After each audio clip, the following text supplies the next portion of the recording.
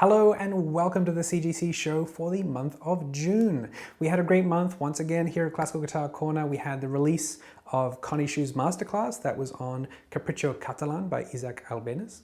And this piece is a beautiful lyrical piece, but it also allowed Connie to talk about her approach to learning music in general, how she approaches learning a piece, how she approaches difficult spots, or she calls them drill spots in her music, also tone production, and several other aspects that made this masterclass very comprehensive for everybody to watch, not only those who are playing the piece. In addition to that, we had the release of the Largo Bwv 1056 course, and this was technically at the end of May, but we'll include it here. This was a really popular course that is a beautiful piece of music arranged by Edson Lopez. We're very grateful for his arrangement here at the Academy. We had Christopher Mallet on the podcast talking about his California Conservatory of Music, 2 schools now in California that have over 500 students, and I think recently 2 of their students just placed, correct me if I'm wrong, 2nd and 4th, I believe, in the youth division of the GFA competition. So congratulations, Chris. And also a little congratulations to Connie, because she's just been appointed as the head of pre-college division for classical guitar at Colburn Music School. Now this is kind of a big deal because Colburn is one of the premier institutions for music in the United States, and it has not had classical guitar previously. So that's a very exciting addition to the school there. We were actually mentioned in Classical Guitar Corner, no, what am I talking about? Classical Guitar Magazine. There's Milos, my buddy from England. We actually got, people answered questions in a survey, and we got listed as number 10 out of all of the methods used by classical guitarists. And it's a pretty, it was about 600 people that replied. So you could, I'm sure statisticians out there would be raising an eyebrow, but we'll take it. We very much appreciate being mentioned in there alongside, Aaron Shearer method, Carcassi, Soar's method, and all of the other greats. So it's an honor to be listed in there, and we're grateful to be mentioned. So thank you to Classical Guitar Magazine and Blair Jackson for that. What else? I was also down in Houston this month. That was part of the Houston Classical Guitar Festival, so I'm grateful to teach and perform there. We had a member meetup because we had a number of people drive in from Dallas and San Antonio, from around the state of Texas, which is not that small. And it's always wonderful to meet some people that I've been working with, make contact with them and hang out and have some great Mexican food and some drinks, and they came along to the concert as well. I also got to hang out with Goha Vardanyan, who many of you know is a wonderful guest teacher we have sometimes here at Classical Guitar Corner.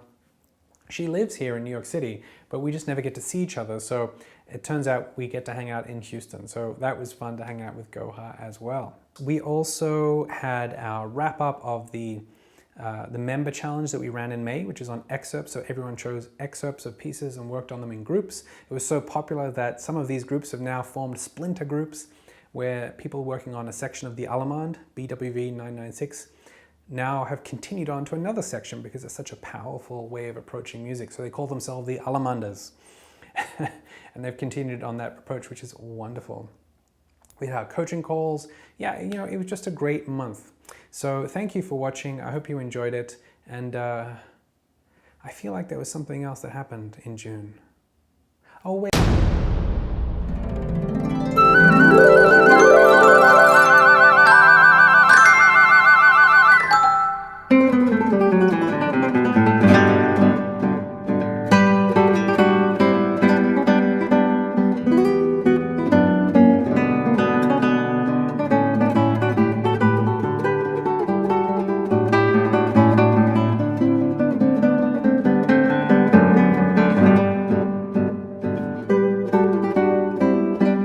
The summer school. Yes, the summer school was run this month, and it was epic.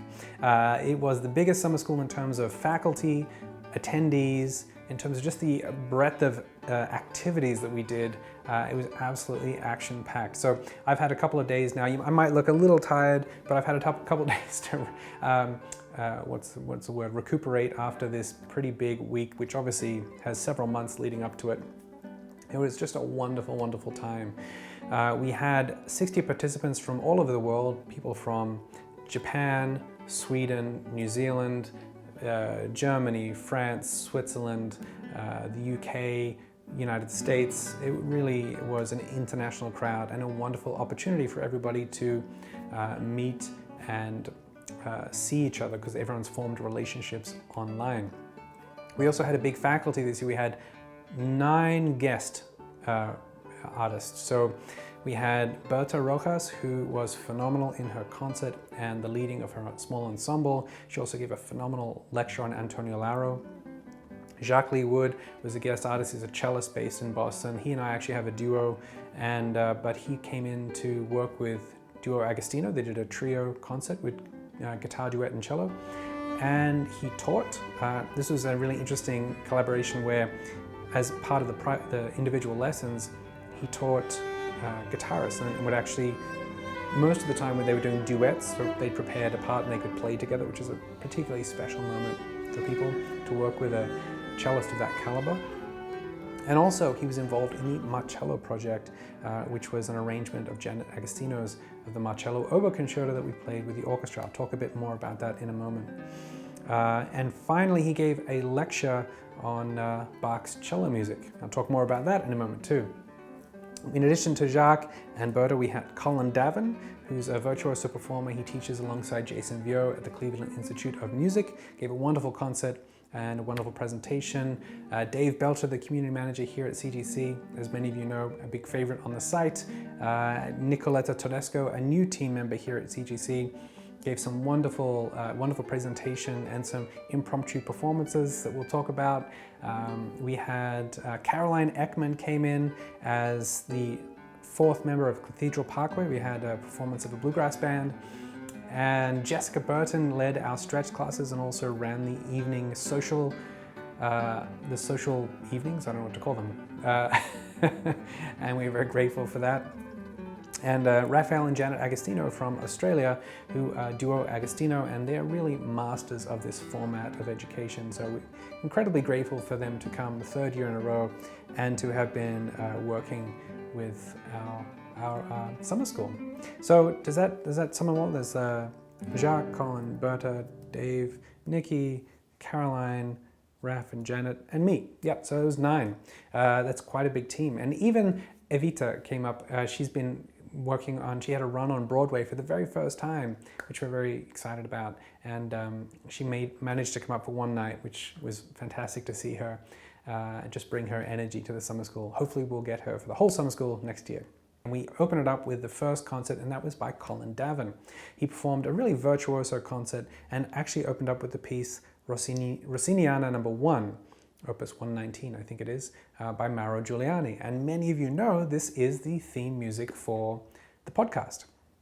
So it was Colin's idea, and I was game, but I just kept double checking that he was okay with this, that at the point where you hear the octave C major scale, which is where we start the podcast music, I actually had found in my Dropbox the original file from Evita where she says, "Welcome to the Classical Guitar Corner podcast. Be inspired." And I played that backstage with a Bluetooth speaker, and that got quite a few laughs from the audience and kind of set the tone for the week. You know, I think this week is very focused and dedicated, but has a lot of levity to it. It's not heavy at all. It's a lot of fun and enjoyment, and so that kind of set the tone nicely. So thank you, Colin, for being game with that. The morning after, we started our ensembles, and that every single morning we work in small ensembles, and each group has a leader for the entire week. And they get given music on day 1, and this, you know, obviously induces a look of shock, fear, and awe of the idea that we have to get music on day 1 and perform it on day 5. But it's, you know, the goal is not to perform it on a polished professional level, ready for a recording and whatnot.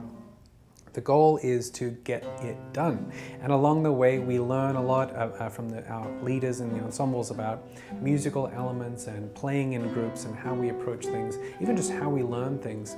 And for a lot of people, you know, this is a new experience because often we'll spend so long learning one piece and micro details and everything. But in this situation, we actually work quite differently. There's a lot of sight reading that goes on.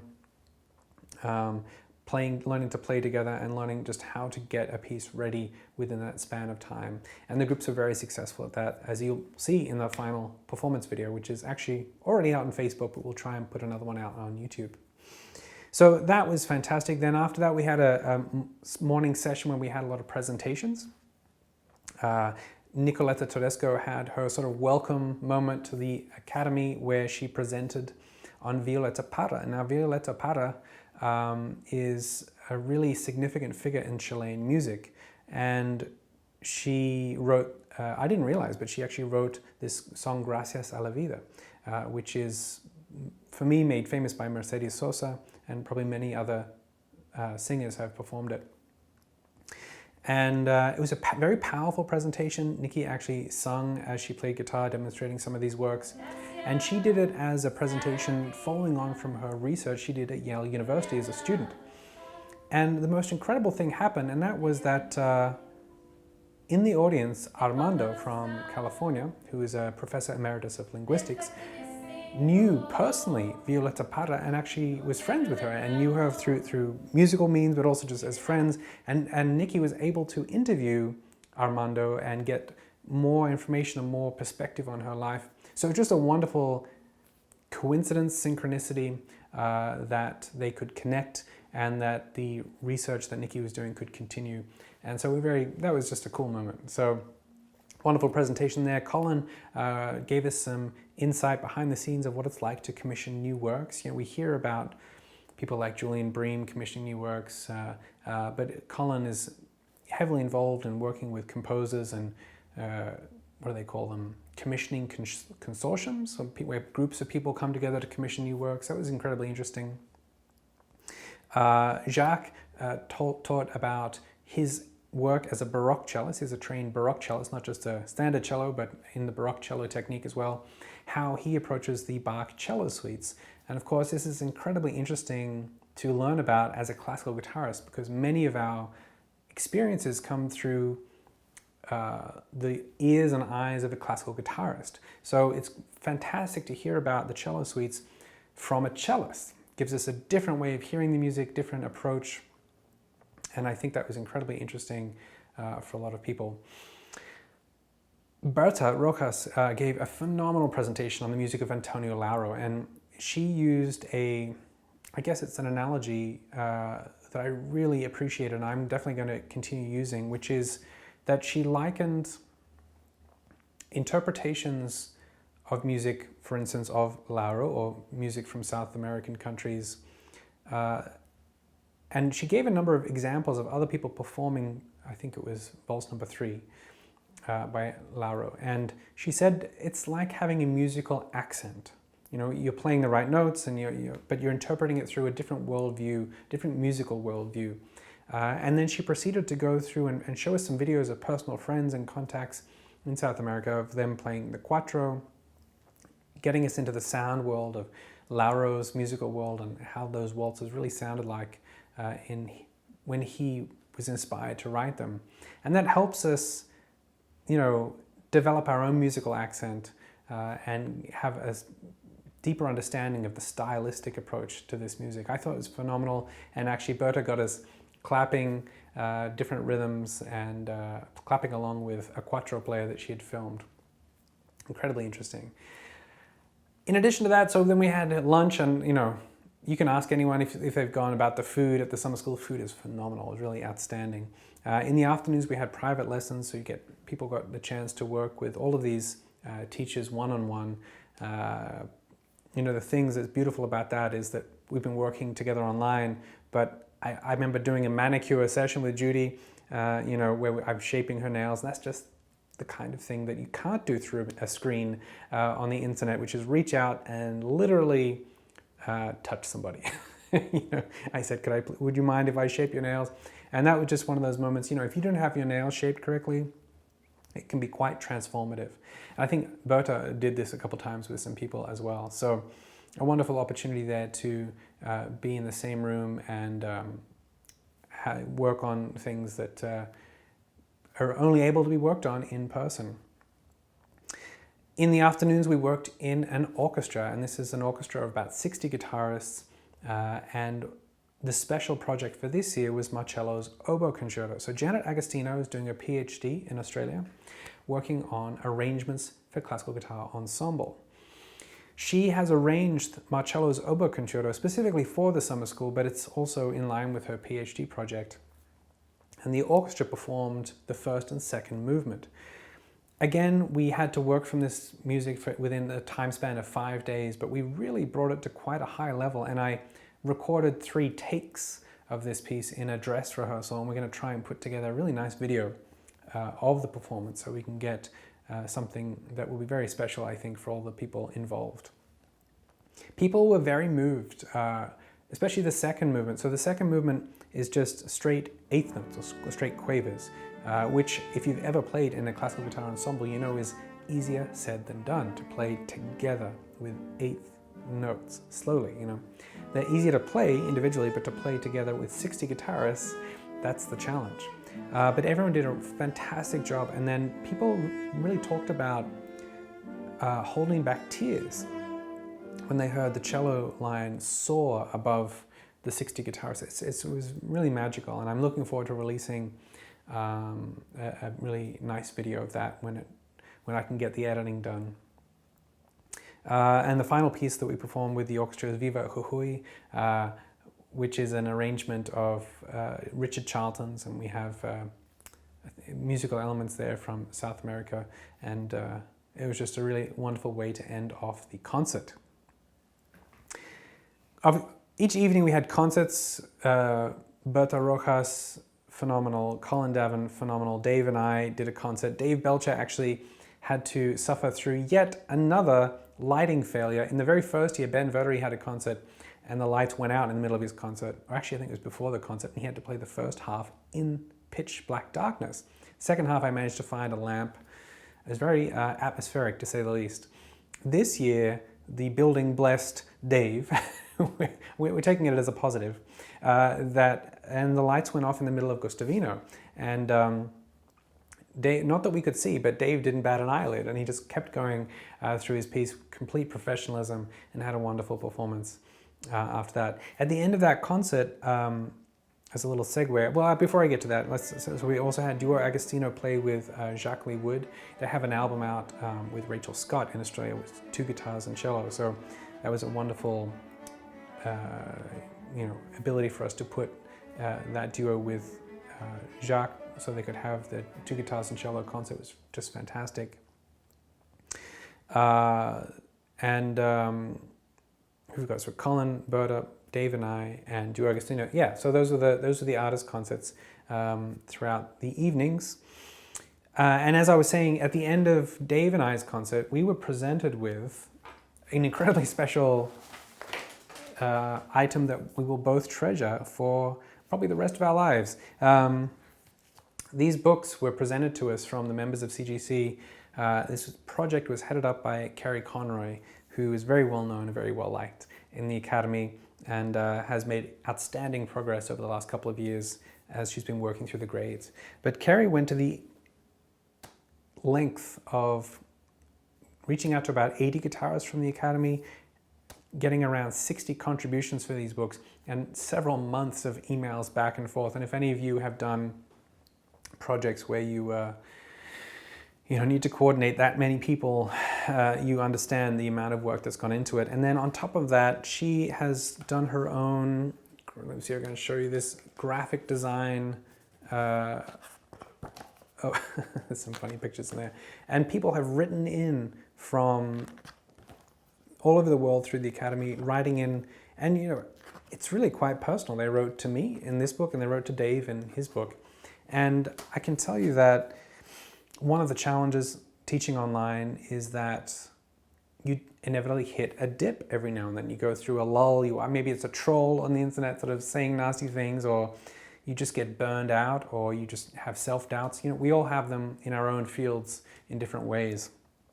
And this will be such a gift to Dave and I for those moments when we need some support and help, and we get to read these words, which will undoubtedly give us confidence, give us conviction in what we're doing, remind us of who we're working for and who we're serving. And so thank you so much, Kerry, and thank you to everyone who contributed to these books. We're incredibly grateful for that, and will be treasured. I believe I can say that on Dave's behalf as well. We'll treasure this book for a long time to come, so thank you. So that was presented to us at the end of Dave and my concert. And then we also had an opportunity for the participants. I'm going to try and keep this little, it's kind of nice to have this, there it is, the symbol behind. We had an opportunity for the participants to perform in our open mic nights. And we had 2 of those because it's become very popular. A wonderful opportunity for people to perform in front of a very welcoming and supportive audience. For several people, this was the absolute first time they've ever performed, and everyone did a fantastic job. I think it's an accomplishment in itself to just get up there and do it and prepare for it.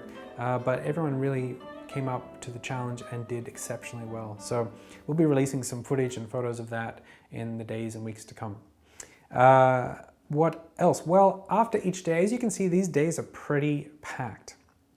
So it was a welcome experience to wind down in the evenings. And the evenings, well, actually, as the evenings were run masterfully by Jessica Burton, also the mornings were run masterfully by Jessica Burton, because each morning we had stretch classes throughout the week, which invigorated people, gave them a bit of focus and centering.